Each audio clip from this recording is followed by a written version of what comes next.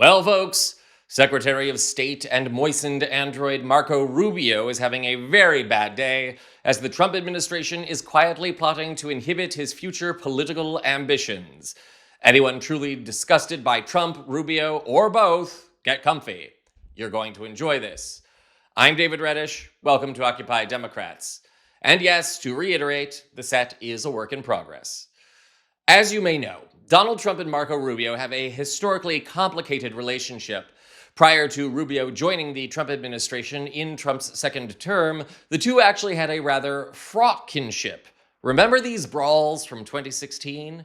He's always calling me Little Marco. And I'll admit, the guy, he's taller than me, he's like 6'2", which is why I don't understand why his hands are the size of someone who's 5'2". Have you seen his hands? They're like this. And you know what they say about men with small hands?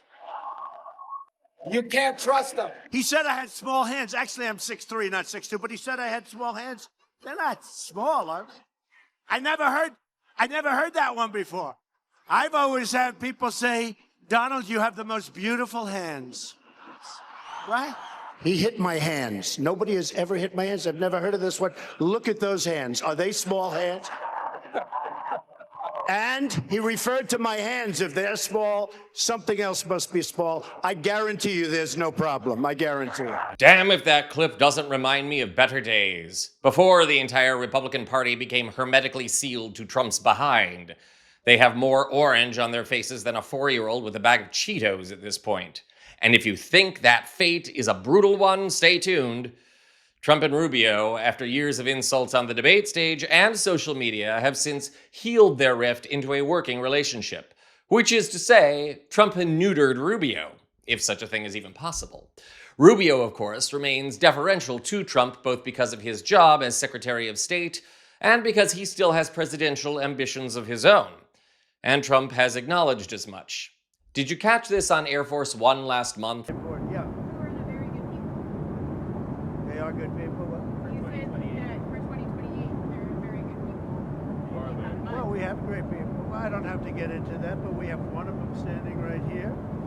We have JD, obviously. The vice president is great. I think Marco's great. I think, I'm not sure if anybody would run against us. I think if they ever formed a group, it would be unstoppable. I really do. Oh, look, everybody. Little Marco is getting shy. No doubt he's going to be sulking after he hears this next bit of news, assuming he isn't already. Part of the reason for the obsession with the Republican 2028 nominee derives from the fact that Donald Trump is already something of a lame duck. See our other videos for more on that. And despite assurances from people like Steve Bannon that Trump will run again in 2028, which is prohibited by the Constitution, Washington insiders find that scenario unlikely for a few reasons. And now we have a better idea why, and who might actually try and pick up the Trump mantle. And, spoiler alert, it is not Little Marco. Politico now reports that sources within the White House revealed that they expect Vice President and racist Care Bear J.D. Vance to be the 2028 presidential nominee rather than Rubio. Rubio may yet land on the ticket in the vice presidential spot, so maybe that offers him some consolation. The same report also revealed that nobody in the White House has a clear path toward the top of the ticket. When surveying likely Republican voters, a new poll found that only 35% favored Vance, while Little Marco came in with a diminutive 2%. Trump himself got 28% of support, suggesting again that Republican voters are less concerned with legality than authoritarianism. The same story also quotes an administration insider saying, quote, "No one expects Marco to resign from the cabinet and start taking pot shots at the sitting vice president. Beyond that, they're friends," close quote. To me, that suggests at least a hint of resentment on Little Marco's part. And the wild card in all of this is, of course, upholstery enthusiast J.D. Vance, who would get to pick his own vice presidential nominee should he become the party's top of the ticket. And there's nothing to suggest he would pick Rubio either. Thus, the cuckolding of Marco Rubio continues as he hopes and prays that a candidate as unlikable and vile as J.D. Vance picks him as vice president to keep him from drifting into political obscurity.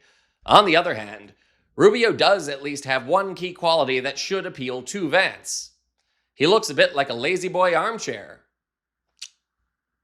This is Occupy Democrats.